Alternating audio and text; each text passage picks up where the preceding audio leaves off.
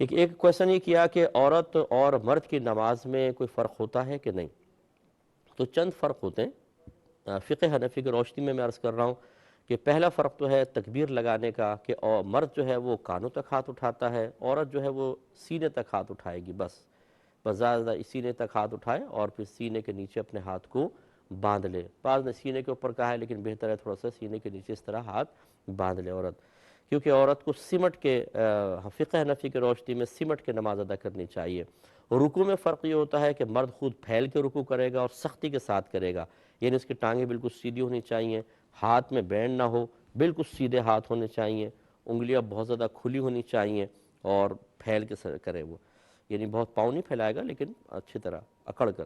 جبکہ عورت سمٹ کے کرے، یہ اپنے ہاتھوں کو بند کر کے رکھے گی گھٹنے پر اور اپنے پیروں کو بہت زیادہ ملائے گی، ہاتھوں میں بینڈ رکھے، بالکل سمٹ کے سجدہ کرے، رکوع کرے۔ یہ تیسرا سجدے کے اندر فرق ہوتا ہے، مرد خوب پھیل کے سجدہ کرے گا، اس کے بازو پہلوؤں سے جدا ہونے چاہیے اور کلائیاں زمین سے اٹھی ہونی چاہیے، رانے پنڈلیوں سے جدا ہوں اور پیٹ رانوں سے جدا ہونا چاہیے خوب پھیل کر، اور 10 انگلیاں اس کی کھڑی ہونی چاہیے، یعنی اس طرح دونوں پنجے کھڑے ہوں، 10 انگلیاں مڑ جائیں اور اس طریقے سے یہ سجدہ کرے گا۔ جبکہ عورت کے لیے حکم یہ ہے کہ وہ سمٹ کے سجدہ کرے۔ مصنف ابن ابی شیبہ کی روایات موجود ہیں اور بہت ہی کم راوی درمیان میں ہیں، کئی صحابہ کرام سے منقول ہے کہ عورتوں کو پھیل کے سجدہ کرتے ہوئے دیکھا تو آواز لگائی۔ حضرت علی رضی اللہ تعالیٰ عنہ سے بھی منقول ہے کہ آپ نے فرمایا سمٹ کے سجدہ کرو۔ تو عورتوں کے لیے حکم یہ ہے، کوئی مانتا ہے ٹھیک، نہیں مانتا آپ اس سے بحث نہ کریں، ان کے پاس شاید اپنے دلائل ہوں گے،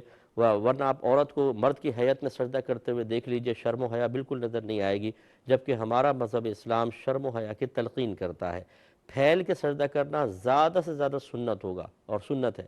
اور سمٹنا اور عورت کو اپنا پردہ قائم رکھنا یہ قرآن و حدیث کی روشنی میں بہت زیادہ واجب رکھا گیا ہے۔ تو اس لیے صحابہ سے بھی جب ثابت ہے کہ انہوں نے عورتوں کو تلقین کی ہے، تو عورت کے لیے حکم یہ ہوتا ہے کہ وہ سمٹ کے سجدہ کرے۔ اس کی کلائیاں اگر زمین پہ بچھ بھی جائیں تو یہ وہ مردوں کے لیے حکم ہے، عورت کے لیے نہیں۔ اسی طرح اپنے جسم کو سمیٹ کر رکھے، اپنے دونوں پیروں کو ایک طرف نکال کر وہ بیٹھے اور پھر اس طریقے سے سمٹ کے سجدہ کرے گی۔ اسی طرح اتحیات میں مرد الٹے پیر پہ بیٹھے گا اور سیدھا پنجہ کھڑا رکھے گا، جبکہ عورت جو ہے وہ دونوں پیر ایک طرف نکال کر بیٹھے گی اور پھر وہ سمٹ کے اپنا اتحیات وغیرہ پڑھے گی، تشہد پڑھے گی۔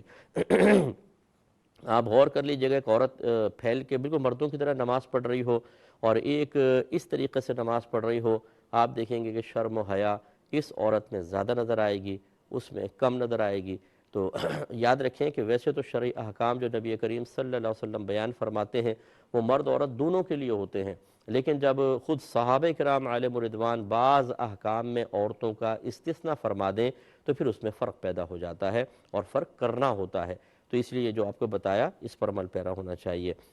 لیکن انہوں نے کہا کہ